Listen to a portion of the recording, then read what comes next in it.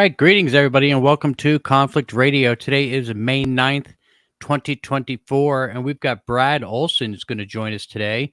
Brad is the author of 10 books, including 3 in his Esoteric Series, Modern Esoteric, Future Esoteric, and Beyond Esoteric, an award-winning author, public speaker, YouTube content creator of the Esoteric Circle, book publisher, and event producer. His keynote presentations and interviews have enlightened audiences at Contact in the Desert, Awareness Life Expo, and so on and so on. Brad was featured on the front page of SF Bay Guardian in September of 2014.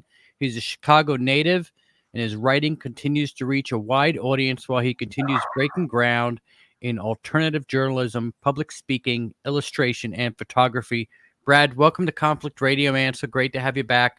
How you doing, man? Hey, Michael. Thanks for having me back on Conflict Radio. It's good to be here. I'm doing great. Yeah, we took some time off. We're back. Your episode 3 is season 2, and we're chugging right along here. I think this is our 3rd episode this week, so we are, we're going. We're in full swing. Nice. So, it's good to be back. Good to have some great guests joining us, Brad, and awesome, man. Thanks for coming on. Well, you're a great host, so thanks for having me on, and I'm sure we're going to have a wonderful conversation tonight. Yeah, it should be a good time. Now, I have obviously UFOs in Antarctica in the description, so we're going to talk about that. So basically, I want you to just kind of throw out there in a YouTube-friendly way, what the hell is in Antarctica, man? Are these beings from another planet? Are they from Earth, but they're just a hidden civilization? Are they interdimensional? What is down there? What's going on? Well, that's the $10 million question, Michael. What is going on down there? And that's precisely the reason I went down there 5 years ago on a sailboat from Ushuaia, Argentina to the Palmer Peninsula, stepped foot on terra firma. So I could say I've been to all 7 continents. And before I was going down there, I started talking to other sea captains in the yacht club where our ship left from, Ushuaia, Argentina. And all the bases that I went to, 6 in total, I always asked whoever could speak English and wanted to talk to me if they knew of many of these mysteries that we hear about. So I would ask them, have you ever heard of a massive mothership under the ice? And supposedly there are 3 of them named from our intelligence agencies, the Nina, Pinta, and Santa Maria, the Columbus's first 3 ships. They've known about them since the 1970s. But everybody was mums the word on that. I asked them about antediluvian civilizations, including the pyramids poking through, and there are 3 different areas that have pyramids. And again, nobody really knew anything about that. What about paranormal hotspots? What about UFO activity? Well, that was when I finally hit some pay dirt, because there was someone on a base. It was the Brown base, which was an Argentinian base.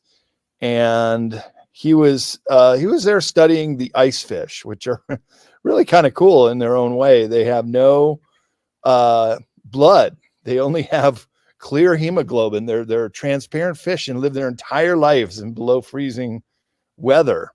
And so he was down there studying these ice fish, and he was there with someone else, and I'm asking him my questions. And then he was with an assistant, and she said, "You can't tell him. Don't tell him." Well, God, now you got to tell me. We waited for her to leave, and then just really grinded the guy until he said that there was a UFO sighting at another one of the Argentinian bases just a few weeks prior, a base called Belgrano 2, which is not too far from where the Nazis set up shop in New Schwabenland. And so that was interesting. And then I also found out that there is definitely a no-fly zone over a portion of the South Pole, right near the Amundsen Scott Research Station. And when I was on Beyond Belief with George Norrie, we're sitting there before we did an Antarctica show, and I told him the same thing, that there's this no-fly zone over the South Pole. And why would anybody want to fly there? There's no planes going there. What do they need a no-fly zone for? Exactly, George. Why do they need it? But there is, and that's the presumed location of a giant hole under the ice that is described by Admiral Byrd as being a way to reach the inner earth. And in his diary that was published after his death by his son, he describes being escorted by 2 UFOs that he called flugel rods to an inner earth city called the domain of the Ariani. I just take that with a grain of salt, but he says he flew a plane into inner earth, and it is known that his plane was out of radio contact for 3 hours that day, that he flew back to the South Pole. Admiral Byrd was the first aviator to fly over the South Pole, so he certainly would have seen that big hole under the ice. So that just adds more to the mystery. Well, let me ask you this: do you think it's a like the Earth is just hollow and there's all kinds of different races flying in and out of the hole down there, or is it possible that that the hole that they found down there is just a cave that they created? Well, a little context. So the South Pole station is on top of 2 miles thick of ice. So it is way up there. It's called the Polar Plateau. Now, Antarctica is also the most volcanically active continent in the world. There's 91 known volcanoes. So to presume that this geothermal heat could create these under ice domes and the hole in the ice is very plausible. So it's quite possible that he did find this hole to the ice. Now, is there a civilization down there? Is there a high-tech group down there? Aliens? I don't know. I'd like to find out. And maybe I'm going to go back down to Antarctica and do that. Well, I mean, are you able to just, put your compass on south and just hike? Have a boat drop you off and just hike south? No. So first of all, Antarctica is the 5th largest continent of the world.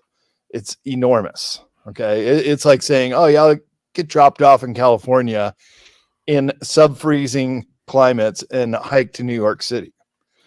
You can't do it. Some people did try to cross-country ski. I remember reading in Nexus magazine, these 2 women, they were actually Olympians, and they got dropped off and were cross-country skiing, and they're heading towards the South Pole. Then all of a sudden, these helicopters came and said, they landed, said, "You're not going any further, ladies. Get in." They said, "What are you talking about? We can do this. We have a right to do it." "No, you don't." And they wouldn't let them pass.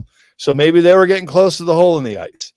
And the other thing is the NSA, no such agency, or National Security Agency, is Johnny on the spot when it comes to anything UFO related. So whenever there's a crash retrieval, especially alien bodies, they got to create a cover story, or just to guard protected locations. That's what the NSA was created to do in the late 1940s. So they're on the spot. They're down there. They have an unmarked building in Antarctica at the McMurdo base. Plus, they've been seen all the time at the South Pole station. All right. So let me ask you this: Do you think it's a portal, like a flat Earth portal to, like, obviously everybody's heard about this flat Earth thing, and to be quite honest with you, I mean, their arguments are really intriguing.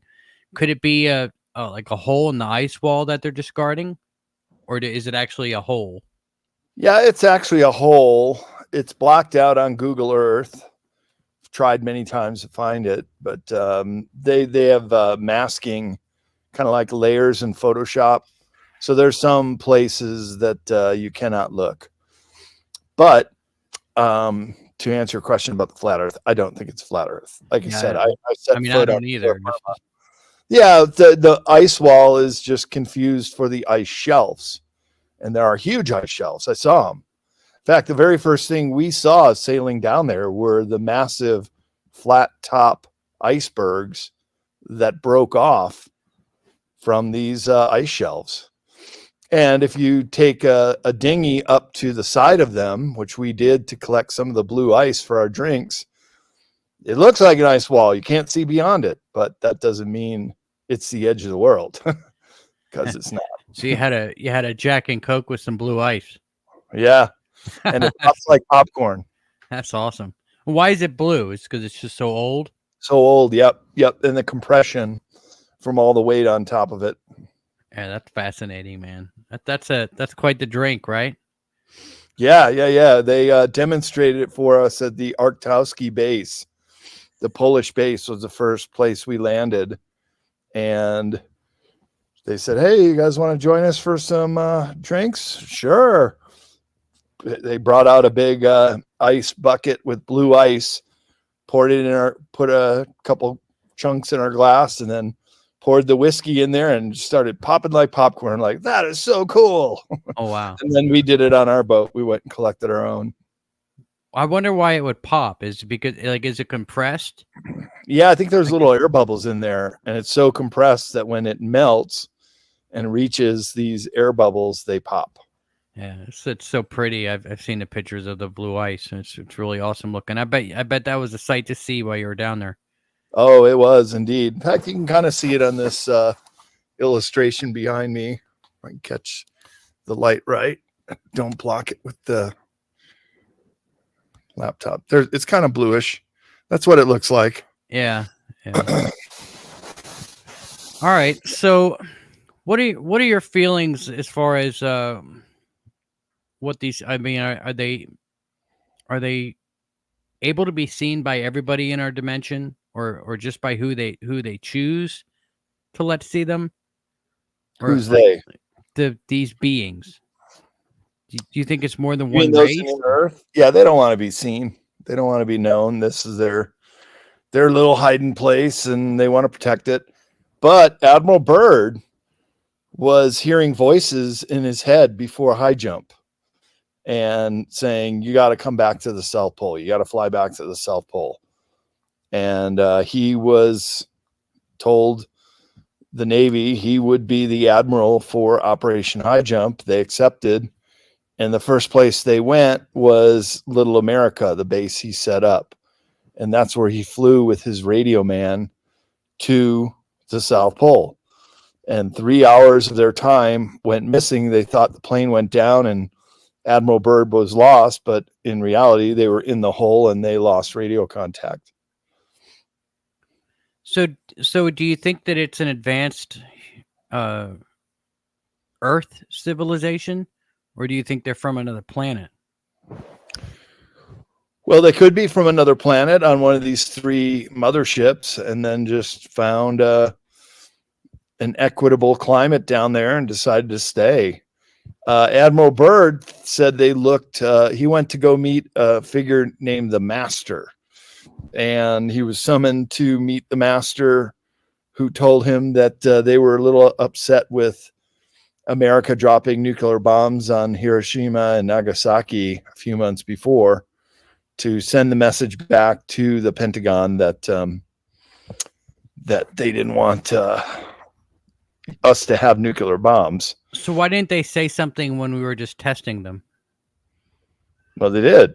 And you know, at White Sands over New Mexico, there were many UFO sightings when that was going on. Yeah, but it wasn't just us either. I mean, the Chinese have tested them. The North Koreans have tested them. The Russians have been testing them. Sure. Have they all been visited as well?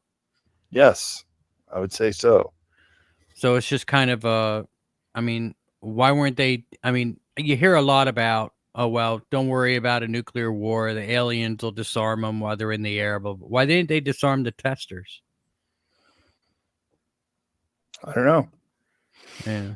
Maybe to some extent they have to let us exert our free will on this planet, but they won't let us blow up the planet. They've already demonstrated with missiles in flight, a UFO will come and shoot beams at different angles and take it down. So they'll let us test the nuclear weapons, but they won't let us kill people with them. Yeah, there won't be any full-scale thermonuclear war. Right. There could be a suitcase bomb. I'm not trying to be the predictor of doom and gloom, but Yeah, that's the sum of all fears, right? True. Yeah. Yeah, that's a creepy movie. So let's talk about. We were talking a little bit backstage about the Vril, Mm. and if you guys were listening to the show on Tuesday night, I played a little clip with SG Anon talking about the Vril, and he showed some pictures about the parasite that kind of injects its I guess parasite baby into your eye, and then can you tell us about this? Well, we've seen a lot of the celebrities and royal family figures with the black eye. Prince Charles had it. His dad, Prince Philip, had it. Many celebrities had it, even politicians like the Bushes, Papa and Baby Bush, and others have these big shiner black eyes. Even Pope Francis had it for a while. They always make an excuse. They bumped into a door or fell, or you don't get a black eye like that. But these Vril, they always go into the one eye, and they're these tiny little reptilian little creatures that will take over a person's body. So they have a ritual, and the bug goes in, or it's a little reptile. This is just what I've heard, collecting data points to try and put it together as best I can. And then this person gets not really taken over, but certainly influenced by this Vril lizard. And it makes them have a voracious sexual appetite. And that's why so many of them went down to Epstein Island and all that kind of weird stuff. So I would just take it for what it's worth. These are the data points that have been put out there. And I was on a show with Nicholas Venyam, and that's all he wanted to talk about. What's the Vril? What is this all about? Well, Vril was also the energy, the invisible energy, the ether that the Nazis had discovered in the 1920s and 1930s. It was discovered by the Vril women. There were these women in southern Germany in post-World War I that were doing these seances in a hunting lodge in Berchtesgaden, Bavaria, Germany. And they were channeling blueprints from Aldebaran. And the blueprints were so detailed that they could see them with their telepathic eyes, and started configuring their own UFO craft. And the first generation of UFOs were called Vril craft, VRIL. So it has all these different names: the Vril women, the Vril energy, the Vril craft, and then these Vril reptiles. I don't know if there's a connection between them all, but they do share the same name. And that's what makes it really strange. Yeah, you gotta kind of wonder what the Germans got their hands on back in the 30s and the early 40s, I suppose. It seemed like they were definitely putting together some stuff that was beyond our understanding. Much beyond our understanding. Yeah, they definitely were the most technologically advanced civilization 100 years ago. And I think that's why the Aldebaran, which are generally depicted as benevolent and high-tech civilization, why they chose Germany. Because after World War I, they were making incredible strides with technology. And Adolf Hitler and Himmler and a lot of the top Nazis, Adolf Hess, they were all part of the Thule Society. And they then co-opted this technology that the Vril women had and started designing their own craft. So at the end of World War II, when the Allies were moving into Germany, they were terrified that they would unleash these wonder weapons on the Allied forces. And in fact, they were very, very close to detonating an atomic bomb if they hadn't already. Most of the scientists that were working on their own Manhattan Project came over and worked on our Manhattan Project, the Project Paperclip group. And so they were very technologically adept. Unfortunately, they turned to the dark side, you could say, and use those technologies for weapons. And that's where the problem resides. Yeah, Operation Paperclip is right here in my backyard, Huntsville, Alabama.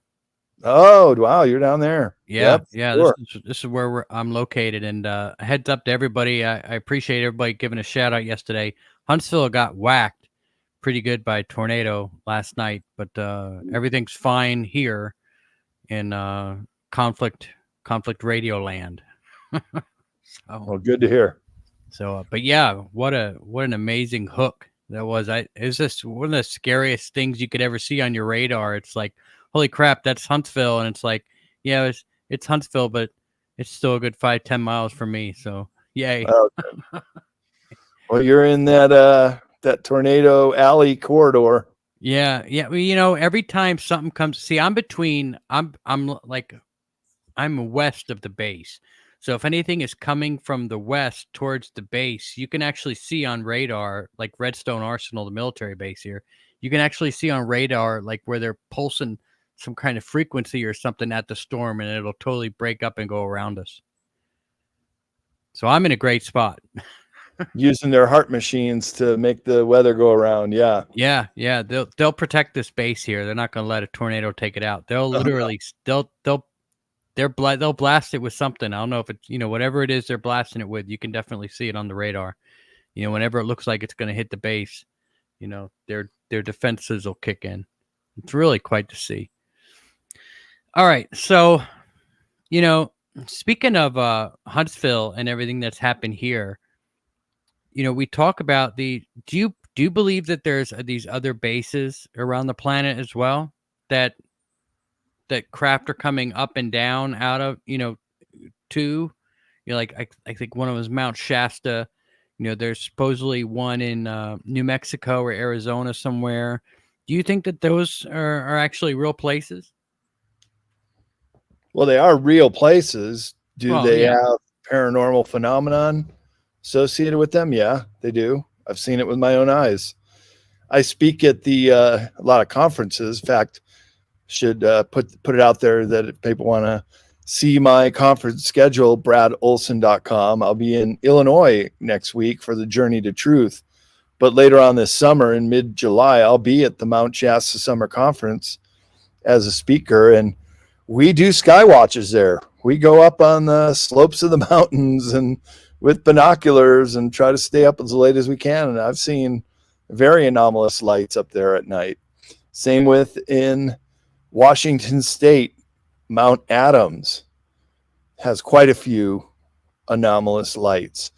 These are what I call paranormal hotspots. And there are others such as Skinwalker Ranch. Many of your listeners are probably familiar with the TV show. Been there a number of times. There's another Skinwalker Ranch type paranormal hotspot near Sedona, Arizona. That might be the one you were referencing. Yeah. So they do exist around the world. Yeah. And they're very, very strange. If you hang out long enough, you'll start seeing stuff. Have you looked at the sky with the night vision goggles and seen all the weird stuff going on up there? Yeah, I've always wanted to do that. I haven't done that yet. A friend of mine does Sedona UFO tours, Sedona, Arizona, and he has a money back guarantee that if you don't see some kind of phenomenon at night, and it's a very active sky there over Sedona, Arizona, every single night, because he has never refunded a single tour. They see him every night. Yeah. I Uber and Lyft, on kind of like my off time or whatever. I'll kind of drive around, driving all kinds of people around. And being here in Huntsville, I deal with a lot of DOD guys, FBI guys, they're always traveling down here. This is where all our deep state missile defense, manufacturing is all done right here. And I had one guy tell me once, we were chatting, and he said he said there's an alien base right on the border of, it's like Alabama, Mississippi, and Tennessee, like right where the three states meet right there. He was telling me that there is a alien base, and it has some kind of projection around, like, it's like going around the base up into space.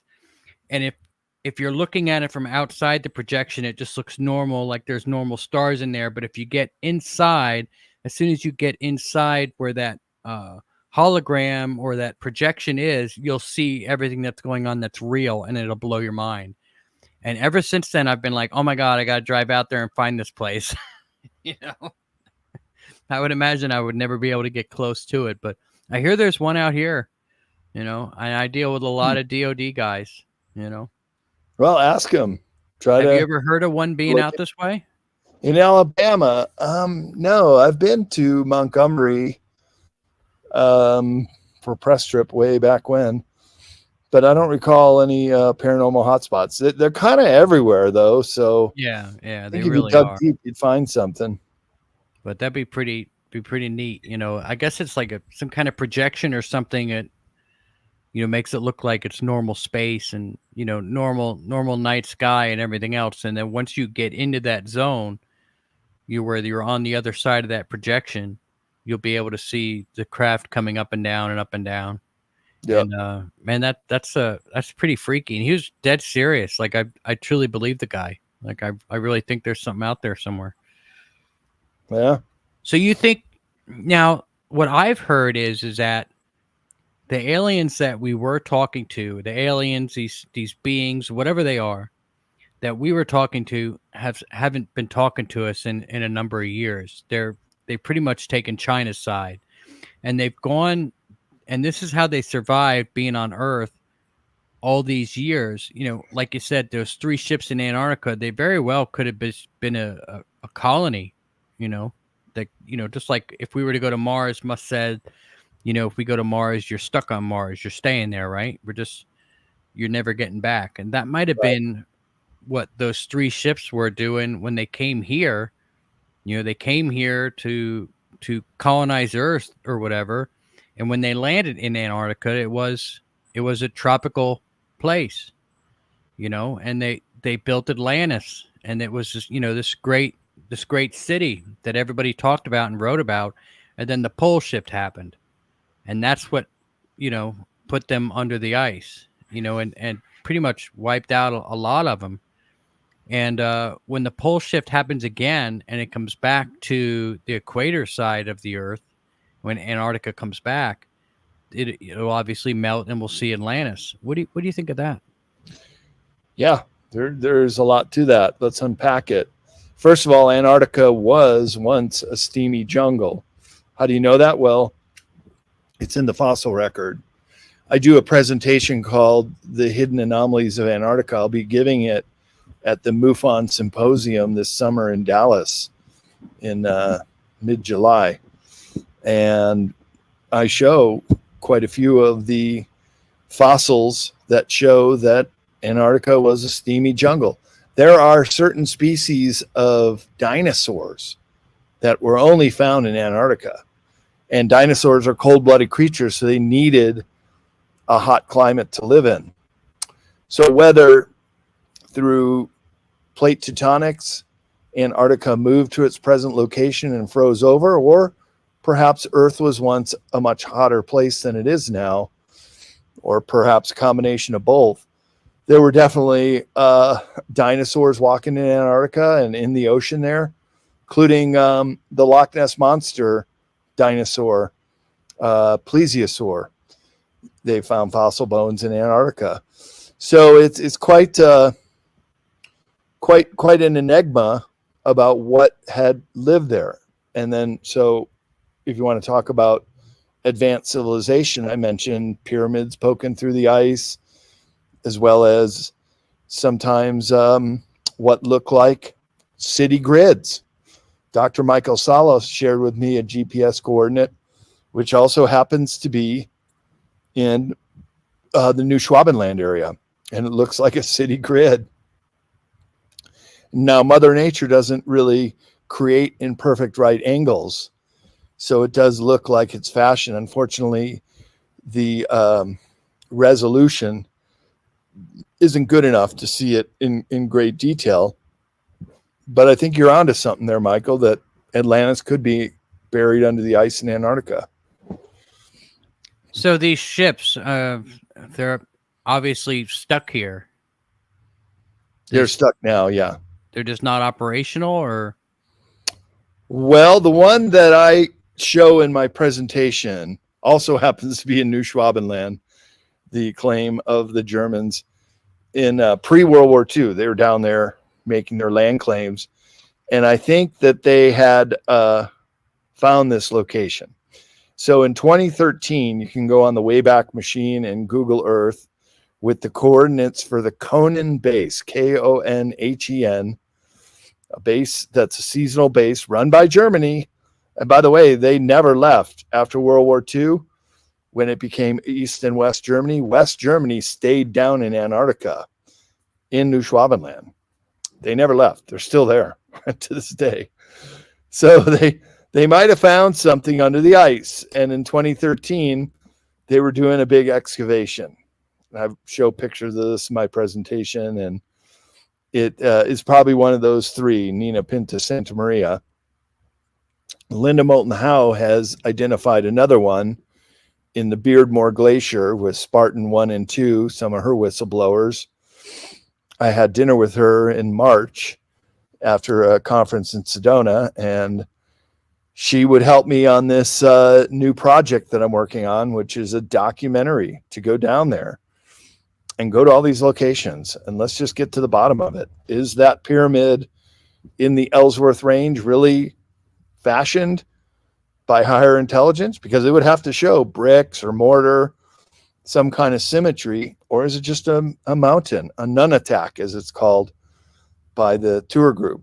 So I think a lot of these mysteries of Antarctica deserve to be solved, and I'm putting myself forward to do that. I'm working with a venture capital company right now. We're trying to raise the funds to go down there and do a documentary. Documentaries actually do very well at the box office. One of the biggest ones selling of all time was called March of the Penguins. Probably all seen that one. And that's just the life and time of penguin colonies. Can you imagine if we got some good footage of the pyramids of, well, we go to the South Pole. I don't think they'll let us fly over it, but I want to go to New Schwabenland. I know where base 211 is located in the Schumacher Hills. And just to be able to film at these locations would be, I think, fodder for a great documentary film. And so the company I'm working with is VC Cross. And you can go to their website, vccross.com, and see the treatment we made for this documentary. It's called a deck, and that we're shopping around to investors and filmmakers. Oh, that sounds pretty interesting. We'll have to check that out. When it comes around, you'll have to come back. Sure thing. All right. So where do you want to go? What is the number one thing that's piquing your interest right now? Well, it's always Antarctica, because I've been down there and going to do this documentary. So people send me links, GPS coordinates. Hey, check this out. So I go there with some, interest to try to get to the bottom of it. But also the giants that once walked the earth. And right now I'm at my ranch in northwestern Nevada. I live in a valley that was once a giant freshwater lake during the last ice age called Lake Lahontan. And all around the rim of Lake Lahontan are these caves where they found mummified giants. Lovelock Cave, Spirit Cave, Grimes Point, Winnemucca. And so Frank Jacob, legendary filmmaker who did Packing for Mars, he's coming out in a couple weeks, and we're going to go around to all these sites and start a documentary about the giants of Lake Lahontan. You got your thumb in a lot of pies, as a friend of mine would say. right? Like interesting projects to work on. Yeah. The giants, you think those are just the Nephilim, right? What are the Nephilim? They're the Well, offspring of the Anunnaki and Earth women. yeah, or fallen angels and earth women, right? Yep. You know, Or the however you want elongated to put it. skulls that have been found all over the place. Yeah. We had Scott Mitchell on, and he swears that these beings in Antarctica are actually fallen angels. That's their craft. You know, I mean, they've been here since before man. They've been here forever, and they, you know, obviously, you know, they're smart because they've been here all this time. They've been able to put this machinery together.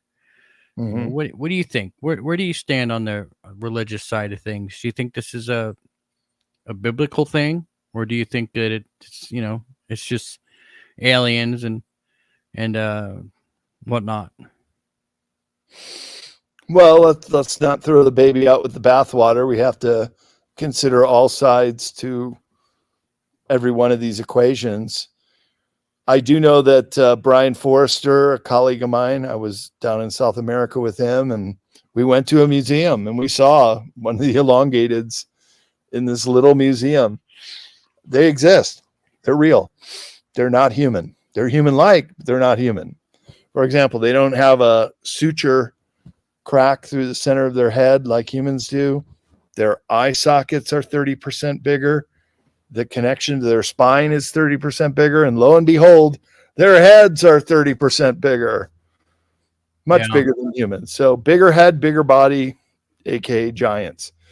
So Brian Forrester and another colleague, Klaus Donna, have done DNA tests on some of the, sometimes they even have some of the tissue still attached. So they were able to do DNA testing. And Lloyd Pye had a skull called the Star Child skull, really big head too. In all cases, they found that it was a female mother human who birthed this giant or these elongateds, but an unknown father DNA in all cases. So let's connect some data points. What does the Bible tell us? That from earth they came, these godlike creatures. They saw the earth women, that they were fair, and they mated with them. And their offspring was the Nephilim. Yeah, but you could take the Bible in the exact opposite way it's written too. Like, I don't know, like the Bible is one of those things, like if you look at it from a God point of view, you'll read it as a God point of view. If you look at it from an alien point of view, you can read it from an alien point of view. Mm-hmm. You know what I mean? Like it works both ways, doesn't it? Right. You can read into it many different ways. Yeah, yeah. That's what's so freaky about it. I mean, these stories could easily be, you know, from you know, beings that are from another planet or from another dimension or wherever they're from. Or they could be about, you know, God and, you know, this, that, and other thing. And, you know, I don't know, you know, I don't know. I have a hard time thinking that, you know, I'd burn in hell for telling a lie to my mother, you know. Well, don't lie, but connect data. Well, you know what I'm saying, though, Make right? a logical assumption based on the evidence. Yeah. Yeah. That's what I tried to do. Weird, I man. have no motivation to go anywhere except where the evidence and the narrative takes me. It's So just, do you think that we're on the verge of another pole shift? well, I mean, maybe it's moving, isn't it?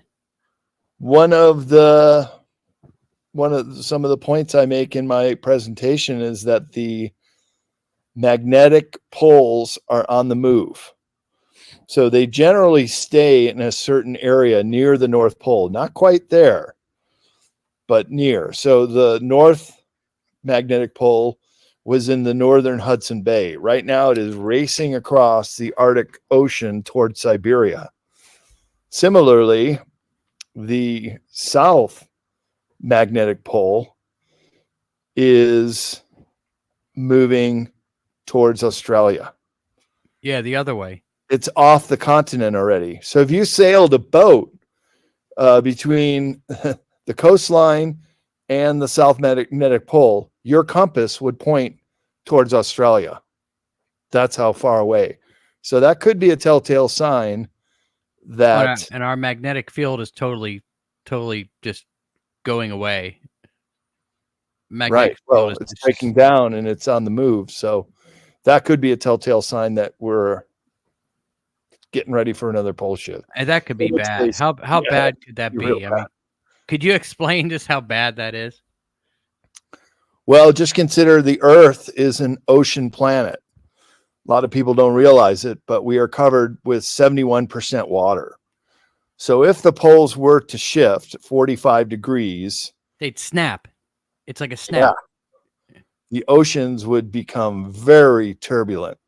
You would not survive living near the coast because it would just be a wash basin that's just churning up and sloshing all over all coastal communities around the world. So right there, you're going to lose about 60 or 70% of the population in a couple days if there was a pole shift.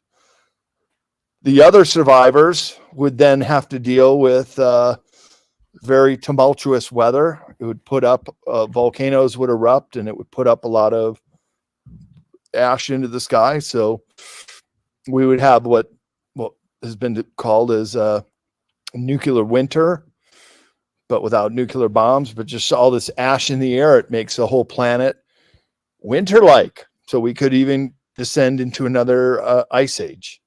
Yeah. Now, how would you survive? How could you grow your own food? Do you have access to clean, fresh water? And let's face it, a lot of people that would survive probably wouldn't survive for long.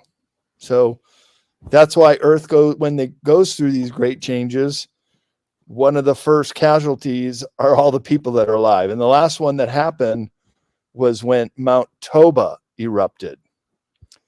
And that wasn't a pole shift situation, but it was a volcano that put up so much ash, it made the Earth very cold for a number of decades. And the world population of humans could have fit into one of our largest sports stadiums. That's all there was on the planet. So do you think it'd be best to, like, if you were to choose, do you think it'd be best to be on the surface on a high mountain somewhere, or would it be best to be underground? Hard to say. I mean, maybe the underground floods. If water seeps in over the top, it could go down a water shaft.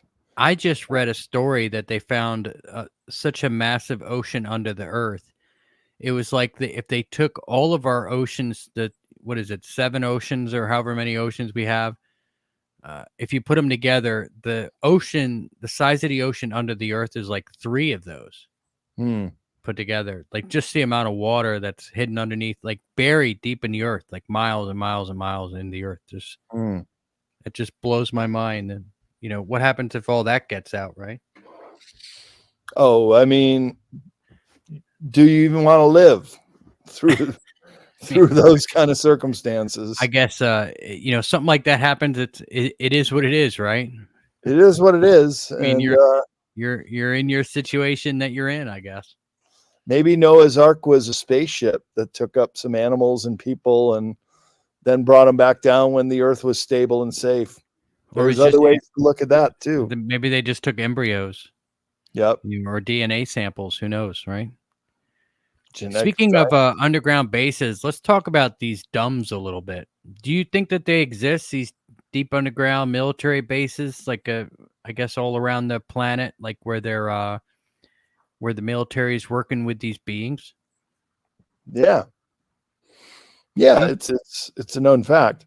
My book Future Esoteric has a whole chapter on the underground bases, and I also cover that in my 3rd book in the Esoteric series called Beyond Esoteric, because that's alternative too. That these think tanks in the 1950s said, well, if we destroy the surface of the planet, then maybe we got to go underground or go off planet, which is alternative 3. So they've been planning this. It's called continuation of government, COG, and they've been building these underground bunkers since right after World War II. In fact, it was the Nazi engineers that helped them do it because they were building these for the war effort, made Fortress Europe, all these bunkers around northern France and Belgium and Holland and up to Denmark. Boy, there are just still so many of these underground features.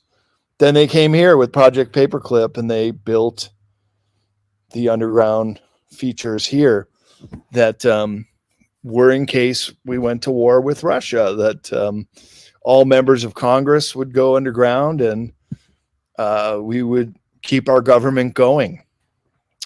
Well, they kept going and going and going. Now there's over 130 known underground bases in North America. And yeah, most towns, if there's a military base just right over the mountain range from where I'm at, Fallon, Nevada, there's a deep underground military base, and it connects to others with maglev 2 trains. They travel at twice the speed of sound, and they can travel all over the place. I've got maps of these deep underground military bases in Future Esoteric and Beyond Esoteric. And if you want to check it out, you can go to cccpublishing.com and click on either one of those books. Look in the table of contents because I have the Google Books feature on each page. You could look it up right now and check out some of the maps because there's probably a dumb near you. And I'd say, where you're at, Michael, in Huntsville, there's most certainly one. Yeah. Well, North Alabama is one of the biggest cave-ridden areas in America. Is Huntsville, Alabama? There's so much underground already before Paperclip even happened that they're probably down there. I mean, of course they're down there. It just makes sense. Do you think that there's a battle going on underground? I mean, I'm sure you've heard of Gene Decode, right? Oh, yeah. Do you think that's happening? He thinks they're taking out all the dumbs. So every time there's a earthquake around 4.5 to 5.5 on the Richter scale, and it's 10 kilometers deep, it's about 7 miles deep, he says that's a telltale sign they're taking out another dumb. So look at all these very anomalous earthquakes that are happening in places that have never had earthquakes. In the East Coast, there was just one in it was in New Jersey, but it was felt in Manhattan. My friend William Henry was on the Ancient Aliens tour. He was up on the 12th floor of a hotel, and it was rocking and rolling. Yeah, now that earthquake in New Jersey, that was right underneath Trump's golf course, wasn't it? Yeah. I heard it was right underneath Bedminster. Okay. That's crazy. Could be a dumb there. What they were thinking. Well, the point is they're everywhere, and they have been used for nefarious purposes, including human trafficking. So good. I'm glad they're getting taken out.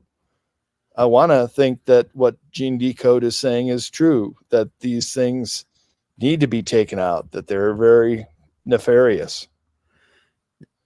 So you think that there's a battle going on between humanity to try to take the Earth back from these beings from Antarctica?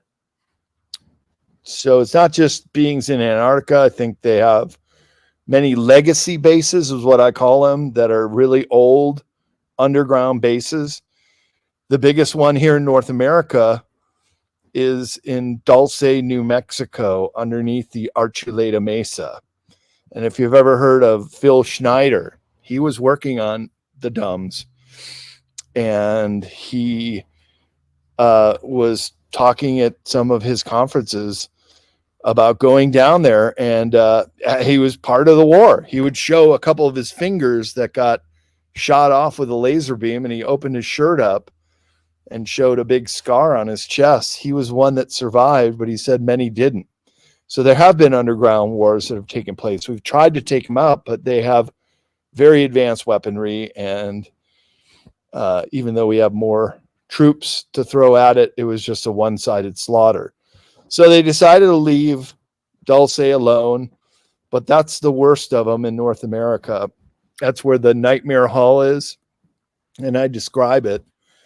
Paul Benowitz was down there. He was one of the first whistleblowers to come out. I describe it in my book, Beyond Esoteric, as well as Phil Schneider's story and some of these battles that have taken place. It wasn't just in Dulce, but also at Area 51. They had an underground battle that we lost dozens of our finest special operations troops. They just were no match to the kind of weaponry that these aliens had down there. Well, you know, I heard Commander Thor is helping us now. Have you heard that? I have heard that. Yeah. What do you think of that? Good. It is what it is, right? Yeah. You go, Commander Thor. Yeah. Take him out. Yeah. But I'll tell you this, as soon as you hear that there's an earthquake 10 kilometers below Dulce, New Mexico, do a little fist bump in the air, because that's a good sign. Yeah, or if I feel one right here at in Huntsville, Alabama. Yeah. I've been waiting here in Huntsville, but I mean, Huntsville is like it's the deep state of the South. I mean, everything is here that you can think of. We've got Boeing here, Raytheon's here, NASA's here, you know, Northrop Grumman is here. I mean, if it's a deep state missile production company, it's right here in Redstone, Alabama. I mean, they're all over the place. You cannot miss them. I mean, and the funny thing is that if you look at them on the map and connect the line on the Huntsville map, you put in their addresses, right?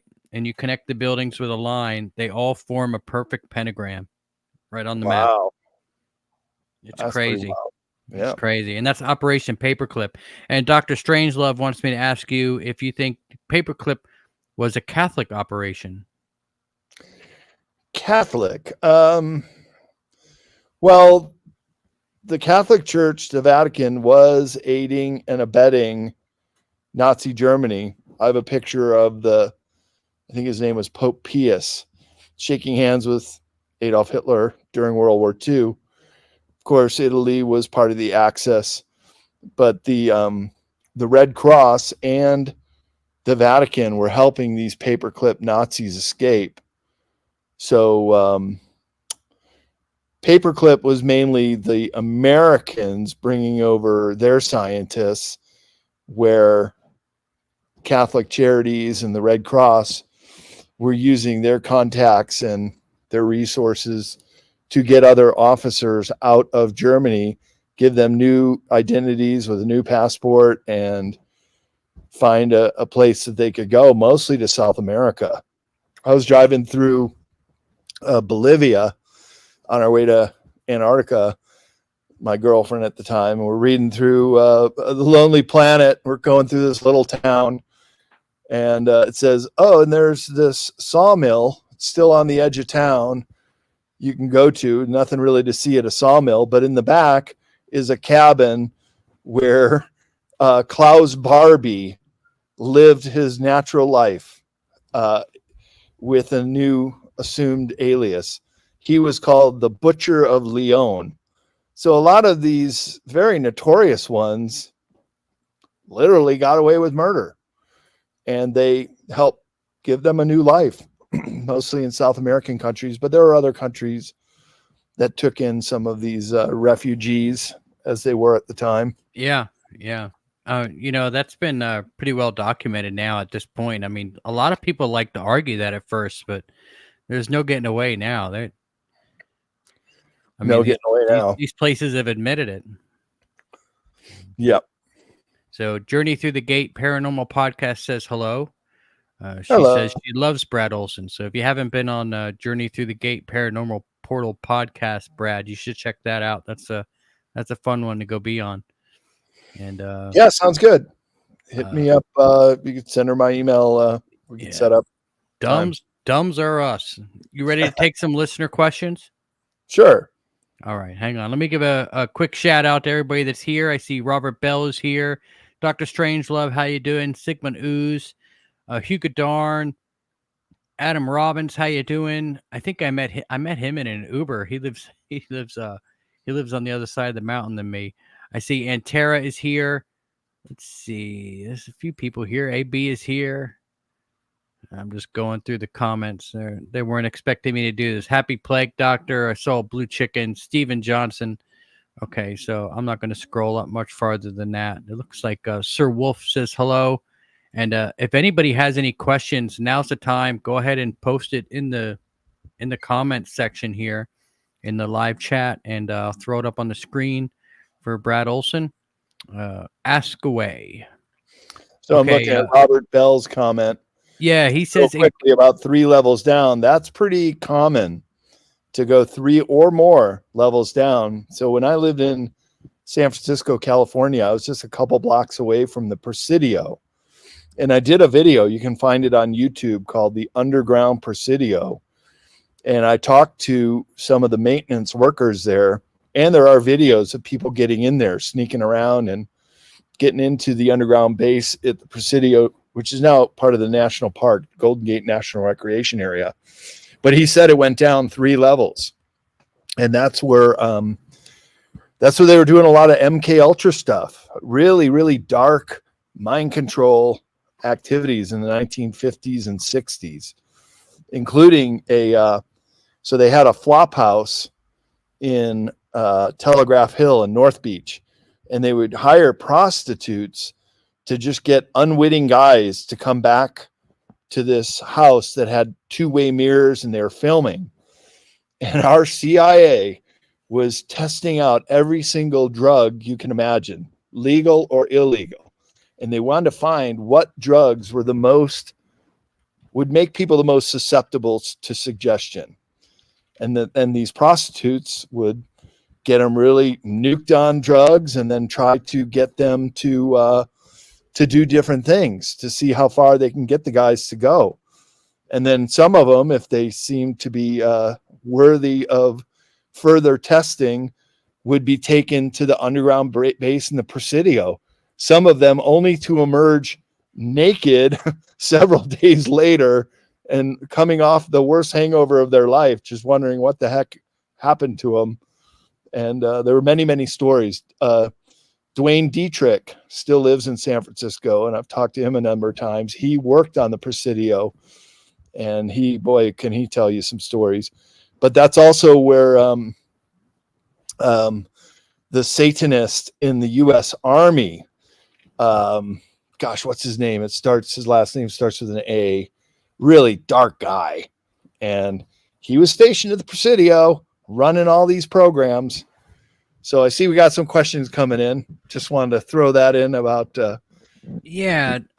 Strangelove wants to know, and I'll throw that up there for you to read, but I won't say the name. We just want to know if Adolf was cloned.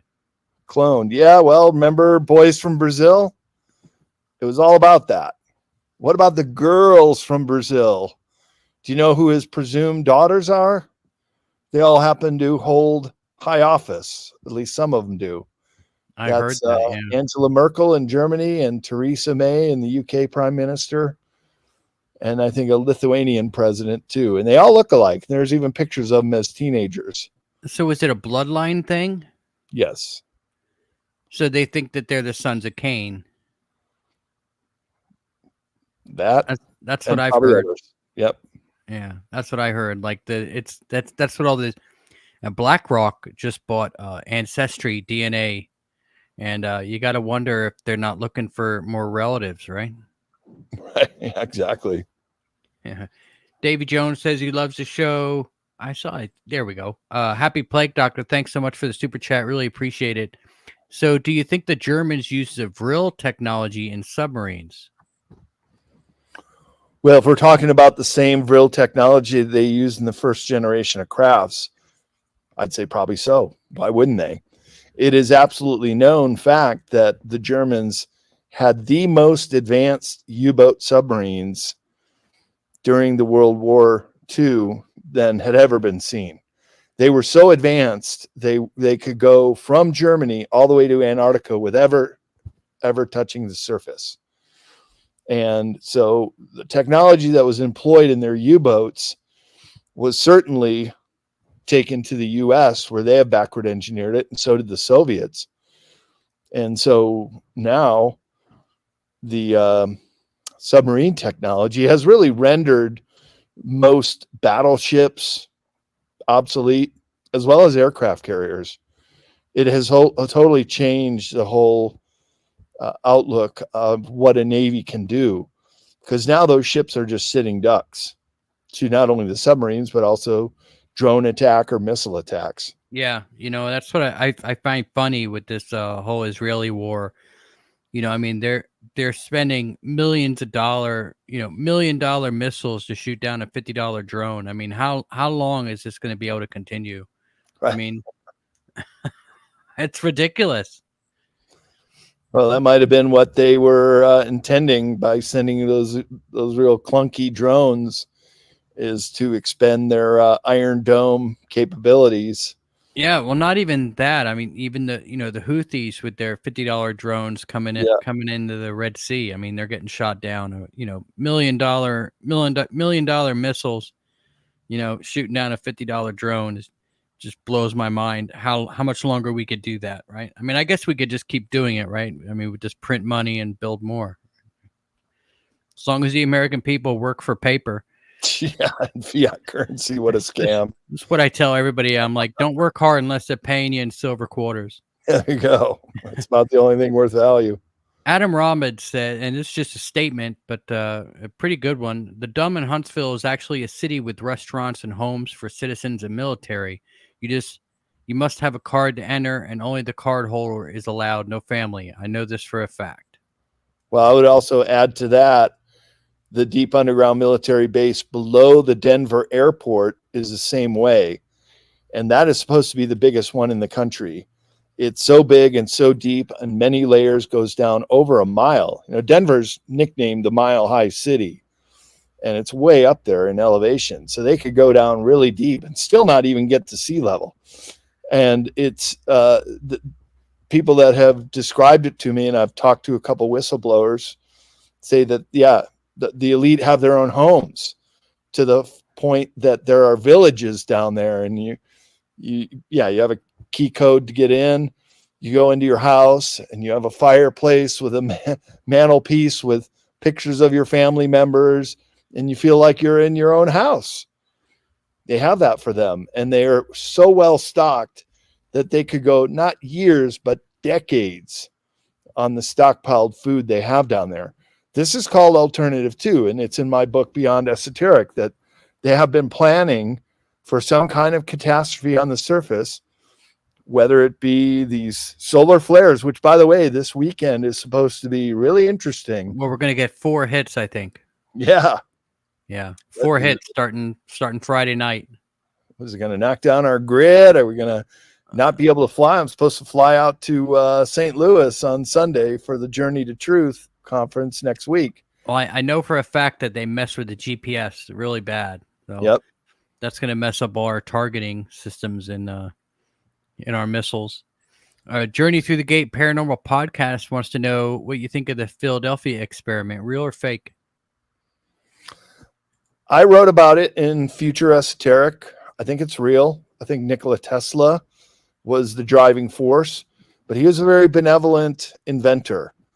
And he was the one that pulled the plug on the first Philadelphia experiment that went awry. They did do it a couple more times. The town. Yeah. Yeah. So basically what they were doing was creating these magnetic fields around the USS Eldridge. What they were trying to do is just make it invisible to radar, because radar was at its infancy stage in World War II. And they were just trying to mess around with this idea of let's just try to make the ship invisible. They didn't realize that it would transport to the Norfolk, Virginia naval base, which it did. But when it was coming back to Philadelphia shipyard, it had a breakdown, and it basically tore the fabric of space and time. And that's when Al Bielek and his brother Duncan Cameron, why they have different names is something to do with the timeline. They jumped off the ship, and then they appeared 40 years to the day, to the hour, to the second in Long Island Sound. Not only did they just jump off the boat and then come above water 40 years later, but there were boats there ready to pick them up. And they did. And they went to Fort Hero on Montauk. And that's what the Montauk base has a connection with the Philadelphia experiment. In that time, they had recovered several of the chairs out of UFOs from the craft retrievals. And they found that the chairs, when you sit in them and wear the headpiece, that your mental thoughts can actually project different things that become manifest in reality. So there was a time in the town of Montauk where all these crypto creatures were running through the town one night because somebody was projecting that from the Montauk chair. So there was all kinds of weird experiments going on there. And I've had the good fortune of getting to know Peter Moon, who wrote the whole book series. And he knew all those guys, Duncan Cameron, Al Bielek, and several of the other people that worked on the base. And he lives out there. And he keeps telling me, Brad, you got to come to Montauk. I'll give you the great tour of Camp Hero. And there's underwater pyramids off Long Island, a lot of weird stuff. There's another paranormal hotspot right there. Yeah, well, I mean, there's pyramids off the coast of Cuba too, I believe, in what is that, the Bermuda Triangle? Yeah, that's actually in the Bahamas. Man, there's so many questions, right? Have you seen the video of that plane that had the planes going, the UFOs flying around it and then just disappeared? They call it that flight 370 or something. Oh yeah. What do you think of that? Do you think that that's real? Okay, we're talking about the Malaysian airline flight that disappeared 10 years ago. Yeah. Oh, I know exactly what happened. So the reason I stopped watching PBS and the show Nova is because they did a show called When Planes Go Missing. No, they don't. They have GPS on them. The engines are made by Rolls-Royce. They embed GPS in them, know exactly where that plane went. So first of all, it tried to evade capture, right? It was supposed to go from Malaysia to China with 4 of the 5 patent holders for a new microprocessor that has turned out to be very revolutionary, as well as several of the people that worked, I think it was called Freescale Electronics. They were all on this flight. Why they would book them all on one flight is hard to know. But who is the 5th patent holder? Turns out to be Jacob Rothschild. Oh, yeah. Really? And if the other patent holders die, go missing, he gets it all. He got it all. So who would be able to pull this off? Well, the Mossad could do it. Our CIA could do it. And what did they do? Well, first they were trying to get the plane out of the flight path. So it went through the northern part of Sumatra. And it did that zigzag, but it got picked up on radar. So they knew it got into the Indian Ocean. And that's when Nova said, oh, these are all the possible places it could have flown before it run out of gas. And they show 50 different points in the Indian Ocean. And they just neglected to put the one place that has a landing pad that could take a big plane like this landing. Do you know where that is? But it didn't land. It just disappeared. Well, no, it landed because people survived and they gassed them, right? All the passengers were basically passed out, but some of them started coming to, and they lifted up their phone and they filmed outside the window, and that was the telltale sign of where they were. Now, how do you know this? Where'd you get that info? It came out right when it happened. Those videos, I'm sure, have been scrubbed, but it came out right when it happened. They were on Diego Garcia Island, which is south of Sri Lanka. And from Diego Garcia, then they gassed them all. They were dead. Okay. So you don't think they put them in a wormhole then? No. Okay. I saw that video recently. I'm not really buying it. What happened was, this is what happened to that flight. It went to Israel because they could retrofit it, refuel it. And then it went to Amsterdam. What happened a couple months after MH370 went missing? A Malaysian flight got shot out of the sky over the Ukraine. Oh, yeah, I saw that too. They Yeah. blamed it on Russia. It wasn't Russia. It was Ukraine. When that plane came down, and there were also videos of this, people went out to the wreckage and it got blasted out of the sky. Okay. It was blown up in midair. They went out there and they found bodies that had been dead for a couple months, and they're filled with formaldehyde. They were the passengers on MH370. Oh, wow. I didn't know It that. was put to rest, and it was just the end of it. And Jacob Rothschild acquired the patent. So here's a little saying we have in journalism: when you can't make sense of a story, follow the money. And in this case, the money is hundreds of millions of dollars. So there was definitely a motive to take out those free scale scientists and patent holders. And he did it because they control the intelligence services.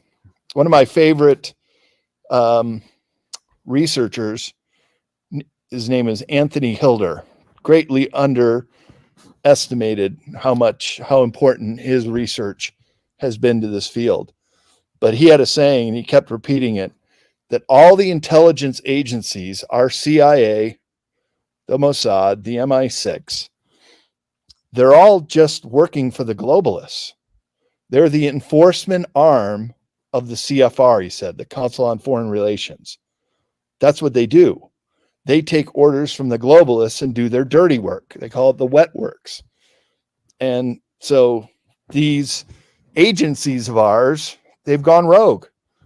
They have been co-opted by the globalist money. And like you said earlier in the program, Michael, when you control the printing press and you can just print as much of this fiat currency as you want, yeah, you can get these guys to do anything. So you're making $100,000 a year to do the wet works, or even more. Take out that MH370. I'm sure every one of the operatives that worked on that, if they hadn't been taken out themselves, because that's the other thing. Yeah, they love doing that. Just kill them. Get rid of them. Dead men tell no lies. Yeah, they love doing that. Yeah. That's a Seth Rich thing too. Mm-hmm. Yeah. And then now we start going into territory we probably shouldn't discuss on this platform. Okay. I don't want to get you in trouble.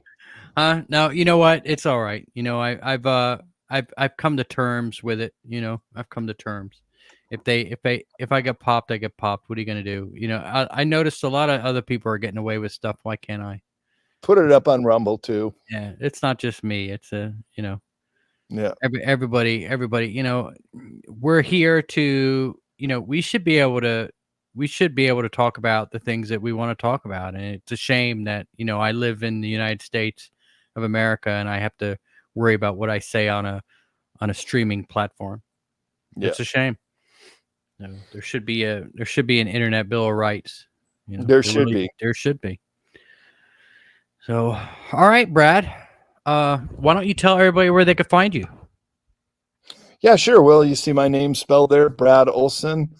Go to bradolsen.com and find out my conference schedule. I'm booked at 8 more conferences this year. A couple are coming up for next year. I love speaking in public, just like you and I are having this conversation. I do it in front of an audience and people seem to like what I have to say. So that's good. And it's all predicated and based on my books, these Esoteric Series of books, which are highly acclaimed, won some awards, and you can find those on cccpublishing.com. If you order my books off the website, it's the only place you can get signed copies. They come through my office here, so I'm happy to sign books for people. And I also publish other authors like Michael Jaco, Laura Eisenhower's new book, Awakening the Truth Frequency, just came out. It's doing good, but I just ran out of stock, so you can't order that one off the website. We're getting the second print run in 2 months already printed up. You know, So you could that's how probably well. also get a signed book if you just bought Brad's book on Amazon and happen to run into him at a grocery store. You could probably hit him up there and he'll sign it for you there too. Well, you know what people do is buy them off of Amazon or Barnes and Noble and bring them to the conferences, and then I sign them for people there too. Yeah, there you go. That works too, right? You'll sign it. You sign it anytime. Yeah. But the two main websites are bradolsen.com and cccpublishing.com, and All get right, yourself and a signed another copy. question somebody had asked earlier on the show, and I almost forgot to ask: what if somebody wants to go to Antarctica with you? Is there a way that they can crowdfund you and then you drag them along? Well, to the tune of $10 million, sure. You can Yeah, come. come on, you're coming. But here's something that everybody needs to know. It's very expensive to travel down there because the distances are vast, and we want to basically zigzag the continent. So it's a big price tag. I mean, Linda Moulton Howe wants to go. Michael Sala wants to go. Michael Jaco wants to go. Everybody wants to go, but you can only take so many people. And we will have a crew, a film crew, and then a logistics crew. And if we get the funding, yeah, this is going to be incredible. I've been down there and I know these locations and I look into it all the time. So I'm able to map out the itinerary where we want to go. But the season is very short. It's only from mid-November till early March. And then the onset of winter comes in and you can't really go then. But when we were down there, it was some nice warm days. We were sitting on the deck of our boat in our t-shirts and bathing suits. So Is it like Alaska where it's dark for yeah, a certain exactly. amount of time during the year and then it's light again for a certain time of the year? Right. So It's like that. Here's just a quick little way to dispel the flat earth myth. There is what's known as the Arctic Circle and the Antarctic Circle. And when the earth tilts, there's 24 hours sun in the summer and 24 hours of darkness in the winter, depending on which pole is in summer and which is in winter. That could only happen with a spherical planet. And I was down there for just after summer solstice, and we got 20 hours of daylight and saw the midnight sun. And it's an incredible experience to be down there with so much daylight. You just have to go to sleep when it's still light out, and you wake up and it's still light out. So I know a lot of people are gonna jump on me and believe in the flat earth, but I'm do sure believe they it's have an a argument for psyop. that. Yeah. Yeah, it's a psyops. You know, nobody was talking about this 15, 20 years ago. Nobody. It all just came out with these very slick, well-produced videos, and I've watched them too. And I've debated Flat Earth Dave on his show. It was a big waste of time because he kept repeating the same things over and over again that I disproved. It's like, look, dude, I got pictures right here on my camera. You want to see me walking on Antarctica? I'll show you. But to a flat earther, it's just an ice wall. And I'm telling you, there's no such thing. It's just make-believe. You can believe in Santa Claus living in the Arctic North Pole too, but it doesn't mean it's true.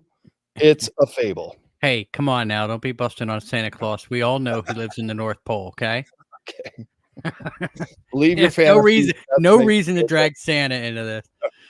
All right. And Fair just for enough. the record, I do not think the earth is flat. I think it's round, but man, some of their arguments are fascinating, but you're right. I mean, hello, it's light out all the time or it's dark all the time. The earth is tilting this way. I mean, it's just common sense when you think about it. It is what it is. Brad, thanks so much for coming on, man. I really do appreciate it. Well, hey, thanks, Michael, for having me on Conflict Radio again. It was a great talk, and as always, we'll just have to do it again sometime. Yeah, we're gonna have to. Maybe we can get into Ascension or something, or I could finally get a Mike Jaco on. I'd love to get that guy on and talk about Ascension. Get both of you on at the same time. Yeah, we'll try to get Jaco on. He's a great host and guest. So just let him know we just had our conversation. And yeah, everybody's freaking out in the chat now, that wondering why the hell you bad mouthing Santa. Well, I believed in him too till I was about 6 years old, and shattered my reality. Yeah, it happens. All right, everybody, that's going to do it for us. Thanks a lot, Brad, for coming on. We really do appreciate if you guys like and leave a comment on the video. It helps with the algorithm. We are just coming back. I see that there's a ton of people in here, so there should be a ton of likes, and it really does help the algorithm a lot. Get a lot of people that don't know we're back in here, and to enjoy Conflict Radio again. Brad, thanks so much for coming on. And until next time, everybody, batten down the hatches and be safe.